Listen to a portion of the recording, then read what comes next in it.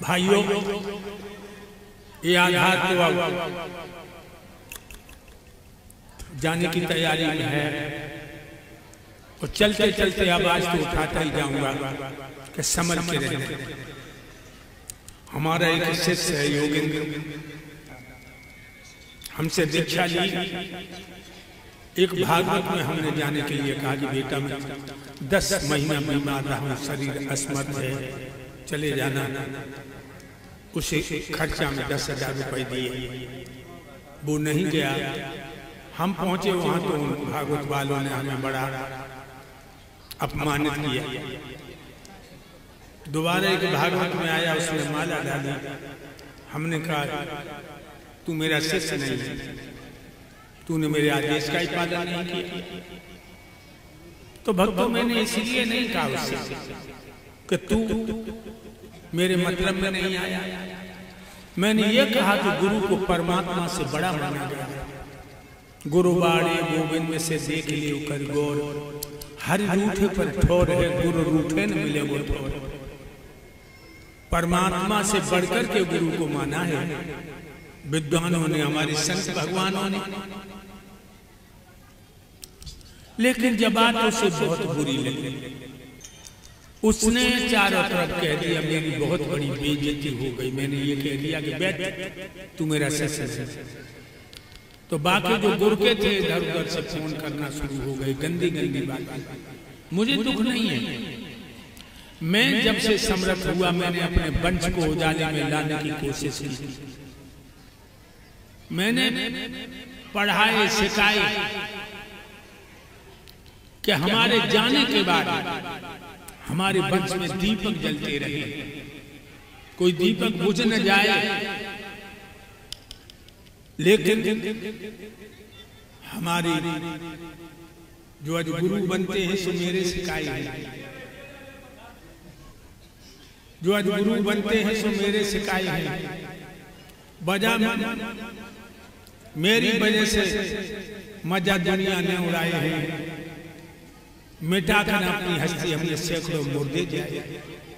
लेकिन वो गाली देने वाले हो, अगर हमें गाली देने से तुम्हारी रोजी रोटी चल जाए, हमें गाली देने से तुम्हारी भागवतें अगेला बढ़ जाए, और जी भर के लोग, अरे तुम्हारी गाली हमें लगी नहीं पाएंगे। किसी के लिए मनिया डर करो और बाने मनिया डर नहीं लो तो लौट के उसी के पास आ जाए। तुम गाली दोगे, हम तुम्हारी गाली को गाली नहीं मानते। क्योंकि भाइयों, जो चारों तरफ से तिल पर डाल डाल के हमारे अपमान के शब्दों को प्रयोग कर रहे हो, ये तुम्हारे लिए अभिशाप है। इसलिए मेरा यही कहना है कि ये गंदी बदबू न छोड़ो, कर्मठ बनो, आगे बढ़ने के लिए स्वाध्यायशील बनो, प्रभु के प्यारे बनने के लिए प्रभु का ध्यान करो। मेरा यही कहना है। और हमारे शिष्य भड़क गए, कहने लगे मैं इनके खिलाफ भरूंगा, ये करूंगा, वो करूंगा। मैंने कहा नहीं, तुम कोई मत भरना इनके खिलाफ, फिर उनमें तुम में कोई भेद नहीं है। इसलिए मैं अपने शिष्यों को भी डांटते हैं, कोई भी न बोले। बोलो कहां तक बोलोगे, एक दिन अंत आ जाएगा। कितने भी ऊंचे उड़ जाए पक्षी, एक दिन जमीन पे आना है। तो मेरे भाइयों, तुम लोगों से मेरा यही कहना है कि अपने बड़े बूढ़े का अपमान मत करना। तुम्हारा बुजुर्ग तुम्हें एक बार गलत भी डांट दे तो उसे भी वरदान मानना। हमारे शिष्य हुए सूर्यन चैतन्य, ब्रजेश, जिनको मैंने कई बार डांटा, गालियां भी दी, हमने 2-1 बार थप्पड़ भी मारे। लेकिन उन लोगों ने मेरा डांटना, मेरी गाली वरदान समझी। आज दुनिया से चले तो गए हैं, लेकिन अपनी रोशनी, अपनी झलक, अपनी चमक, अपनी प्रतिभा को छोड़ के गए। मुझे आज उनको पर घमंड है। अब ये छोटे छोटे लोग दारू पी करके बकवास करते हैं, हमें गाली देते हैं, कोई बात नहीं, दो भगवान तुम्हें सद्बुद्धि दे और तुम अच्छे बनो।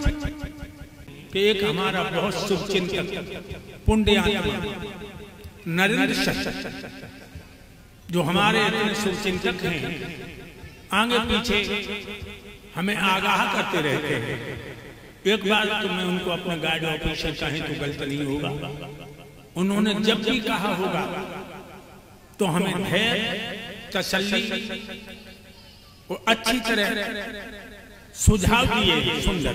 उन्हीं के कारण मैं बोल गया हूं कि जो लोग हमारे खिलाफ बदलू छोड़ रहे हैं, छोड़ो। एक दिन परमात्मा सत्य को तो सामने लाएगा और सत्य धर्म का प्रचार कभी रुक न सकेगा। बादल में अधिक देर सूरज छुप न सकेगा। असुर अन्यायियों के जब तमंचे तीर चलते हैं तो सत्य में मरने के लिए आधार की धूनी मचलते हैं। सगी बुरकी लगी दिल की बुरी होती, कोई बेदर्द क्या जाने, पतंगे किस लिए जाकर के पावक में पजरते हैं। तो इसीलिए लोगों, ये छोटे छोटे बच्चे बचपन छोड़ करके इस तरह से हमें बदनाम अपमानित करना चाहते, लेकिन नहीं, गलत है। तुम मुझे अपमानित नहीं कर पाओगे, मेरे प्रभु मेरे साथ हैं।